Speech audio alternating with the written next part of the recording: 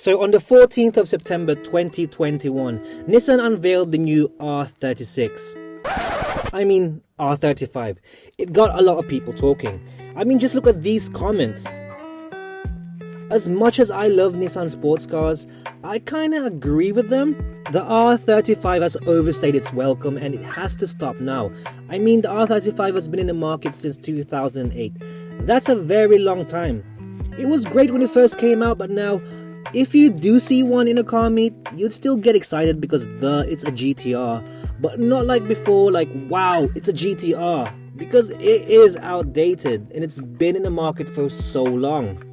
Nissan has a thing with keeping their sports cars in the market for as long as possible until making a new one. This was the same for the 370Z. It was in the market for 13 years until they came out with the new Nissan Z, which is a great car, by the way. Well done, Nissan, for that. Anyway, I want to start talking about the presentation of the new R35. So the presentation started with two cars in the back with drapes over them. You would think it's actually a new car, but no, when they removed the drapes, it's a prank, guys. It's pretty much still the same car. It still has the same 595 horsepower from the same VR38 DETT V6. For the first half of the presentation, they were literally just talking about things enthusiasts already know, like the history of the GTR, how the R35 was made, and all that good stuff. And the big chunk of the unveiling was just about the colors. I feel like it's more of a color announcement instead of a car unveiling because they went on about the new colors for ages. The Midnight Purple and Millennium Jade, which were two popular GTR colors. They also showed some shots of the interior with the Alcantara dashboard. I just want to say I'm not a car interior designer, but if you were to ask me, no matter what you do to the interior of the GTR, like adding Alcantara, more suede, more carbon fiber, etc., it will still be outdated because of modern cars like the new Corvette C8, the 2022 Subaru WRX, A91 Supra, Civic Type R. Their interiors are all up to date. They just keep milking the R35 GTR, and it has too many trims and variants. It's getting too expensive. This time they came out with the T SPEC and the track edition by NISMO T SPEC. The R35 is starting to lose its purpose, which was the choice for a budget supercar killer. It's not so budget anymore.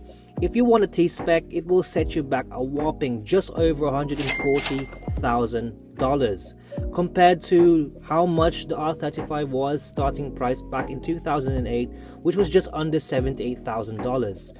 It's just getting too expensive. So the new 2022 R35 GTR T SPEC will only be limited to only 100 units. I'm just curious if it will actually sell or not, because for that price, you can actually get a Ferrari or even a Lamborghini. You wouldn't get a Nissan. This was the problem with the Ford GT. It was a great car, but people just weren't buying it for its price because of the fact that it's still a Ford. Another example is the Acura/Honda NSX. It's an amazing car, don't get me wrong, with its hybrid system and such, but it's just not selling for the price because at the end of the day, it's still Honda. People would rather buy something more exotic for that kind of money. So anyway, Nissan seriously needs to start thinking about making the R36. I think it's time. But how would they do it? How can they make the new R36 if the R35 was already good? Yes, I know it will take a lot of money to develop the new R36 GTR, but hear me out. Instead of making the T SPEC, they could just use the upgrades they did for the new T SPEC on the new R36. They don't need to make a whole new car. The Nissan Z is still a 370Z underneath, just with a different shell, different engine and features. It's still on a 370Z platform. And this is what they could do with the new R36. They did talk about how they changed the suspension geometry for the new R35 for it to handle and feel different than the older GTRs. But I don't think the R35 needs any more improvements. The Japanese are masters of improvement and quality control, by the way, and they actually call it Kaizen, which basically means continuously improving. This is a mindset and philosophy developed by Toyota and Demings when it came to business. And this is what made the Japanese auto industry thrive in the 90s. I mean, it is actually a great philosophy, but to a certain point. Nissan should know when to stop working on an existing product and make a new one. Innovate. Because sooner or later, your customers will get bored of the same thing.